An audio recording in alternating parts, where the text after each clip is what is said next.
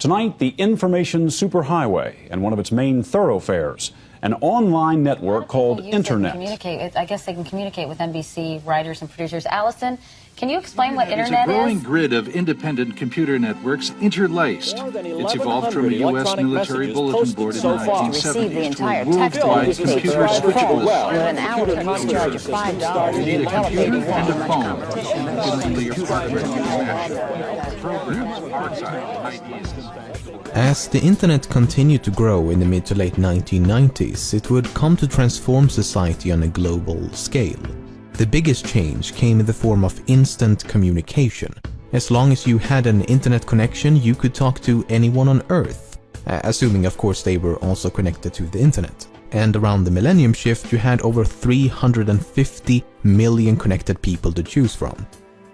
The thing is, the internet was not designed with things like anonymity and privacy in mind, so everything you do and say online can, and in many cases will, be tracked, recorded and traceable back to you.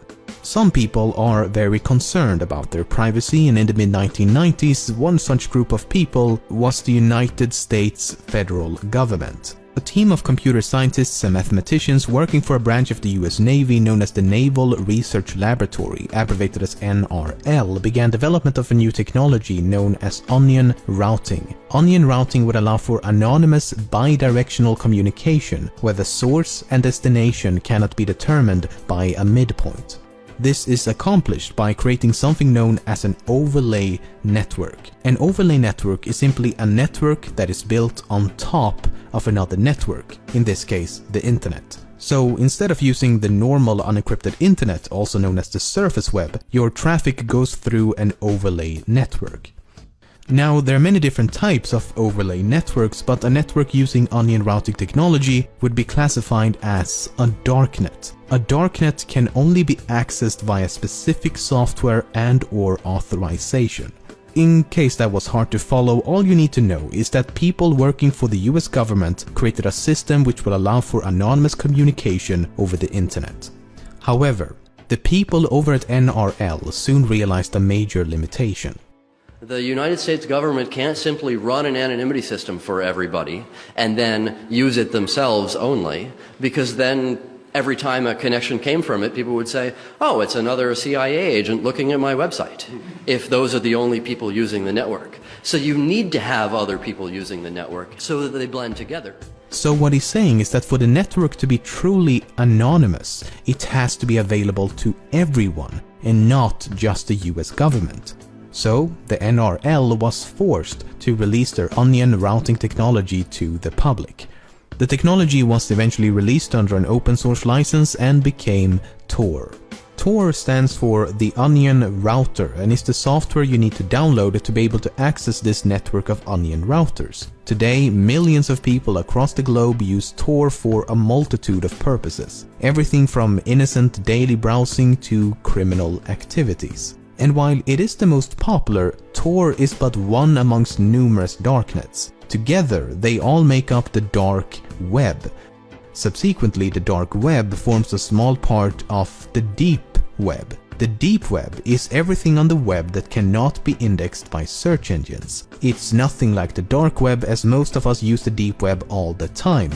If you visit this link, you will find an unlisted YouTube video on my channel. This can be classified as deep web content. I know it's a bit anticlimactic, but yeah, this video exists on the deep web simply because no search engine can find it. Other examples of deep web content includes online banking, Netflix, webmail, dynamic pages, databases, and everything that's password or paywall protected. As you can imagine, the deep web has a lot more content than the surface web. How much more? Well, we don't know, because by its very nature it's near impossible to determine. A paper from 2001 estimated that the deep web is 500 times the size of the surface web. But then again, that estimation is over a decade old. All we can say for certain is that deep web content accounts for the vast majority of the content on the World Wide Web. So to summarize, the surface web is content that can be indexed by search engines. The deep web is content that cannot be indexed by search engines. And the dark web is a fraction of the deep web, consisting of numerous darknets which require specific software and/or authorization to access.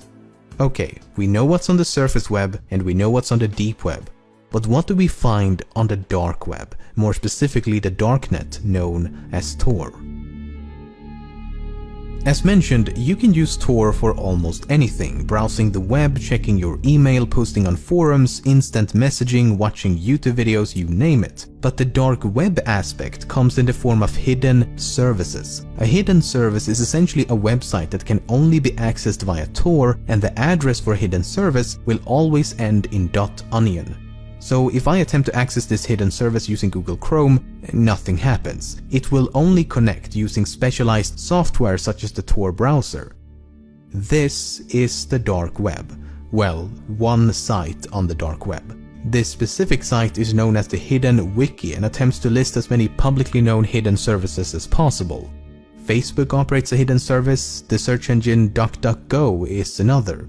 But this is about as far as I will go, because there is definitely a darker side to the dark web. Anonymity attracts a vast variety of people and can be used for both licit and illicit purposes.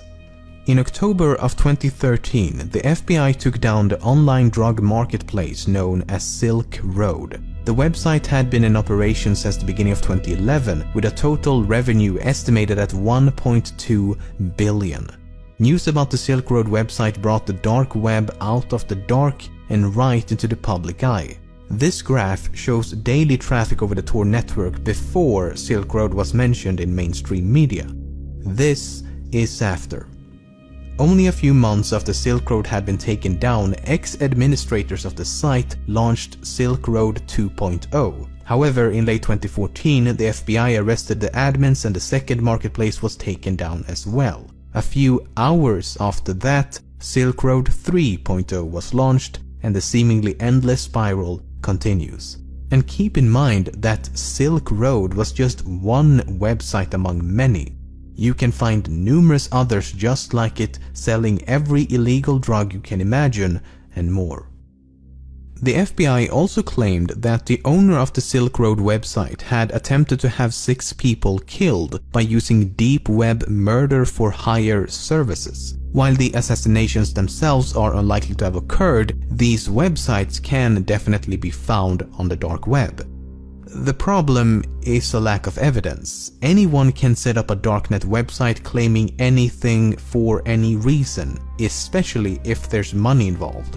One such website was recently hacked, and several emails by the admins would suggest the website is indeed a scam set up to make money. One message reads, "We receive orders to kill people from all over the world. However, our site is fake and we don't have any hitmen. We forward the orders to police departments where the targets are located." And in yet another email they bluntly state, "This website is to scam criminals of their money." Then again, this supposed hack could have been faked as well, so there's no way to be absolutely certain. Unfortunately, the dark web has some much more depraved and gruesome extremes.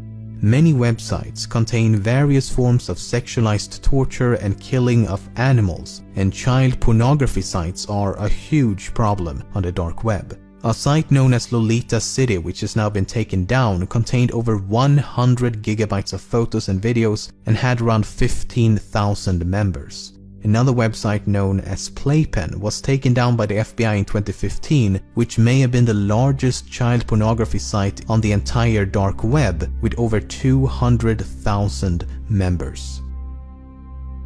There's somewhat of an urban legend known as Red Rooms. A Red Room is a live stream of a person being tortured and or murdered for the entertainment of others. Supposedly, the viewers may even interact by typing down instructions. Again, there's no evidence of this ever taking place, but the myth persists. Not too long ago, a .onion link appeared on various forums which would take you to a page claiming that a Red Room style livestream would shortly begin. The victims were supposedly captured ISIS terrorists, and the soon-to-be killers promised hours of torture.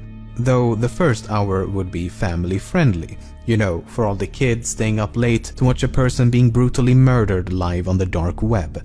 After much morbid anticipation, the live stream went live and viewers were greeted by a plate of bacon. Mainstream media would have you believe that the surface web is just a thin layer on top of an enormous criminal underground, but it couldn't be further from the truth, and it's no wonder as they frequently confuse the dark web with the much larger deep web. A recent study from early 2016 found that out of 2,723 active .onion websites on the Tor network, 1,547 contained illicit content, so that's over half. This includes pornographic material, drugs, money laundering, cyber terrorism, contract killers, trading of firearms and weapons, etc. But only 3 to 6% of all Tor users actually use these hidden services. So only 3 to 6% use the dark web. The vast majority exclusively use Tor to protect their privacy and to browse the surface web anonymously and have never visited a .onion website. So while there's no question that the dark web contains some of the most horrific content on the entire web, it's nowhere near as extensive as some make it out to be. Okay, here's a question then. How do you prevent criminals from using these services while still allowing lawful citizens to protect their privacy? The answer is quite simple. You don't. You can't restrict something that is by its very nature meant to be unrestricted. That's the problem with anonymity. Anyone can do or say anything, so we have no choice but to take the good with the bad. Even if law enforcement agencies had the ability to shut the entire network down completely, they wouldn't, because the US government need Tor as much as anybody else. Remember, they created this technology, and they did not create this technology just so they could release it to the public for free. It was only released to the public as public usage is an essential part of what makes Tor anonymous. It takes us right back to this. The United States government can't simply run an anonymity system for everybody and then use it themselves only, because then every time a connection came from it, people would say, oh, it's another CIA agent. Who do you think funds the Tor project? In 2007, 100% of the Tor project's funding came from the US government. In 2008, 86%. In 2009, 90%. In 2010, 94%. In 2011, 78%. In 2012, 81%. In 2013, 94%. A government agent working undercover is as much in need of online anonymity as a terrorist, pedophile, or whistleblower. It's everyone or no one. That's the unfortunate truth.